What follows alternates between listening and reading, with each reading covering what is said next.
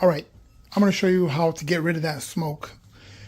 In the vintage electronics, you're going to put your device into a bag with some baking soda. You're going to leave it in there for about a week, and that is the bottom line.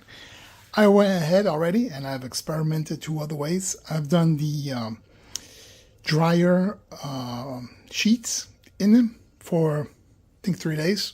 That didn't work out. Then today, I recently put them outside in the sun and baked them. That didn't work.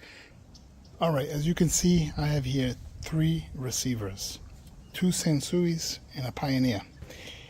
And I can't get that smell out of these 3 units. Yeah, I could have loved it for another 3 more days, 2 more days, but I don't know. I'm just, I don't have time for this. So, lastly, I'm going to use the baking soda method, and that should take care of the problem.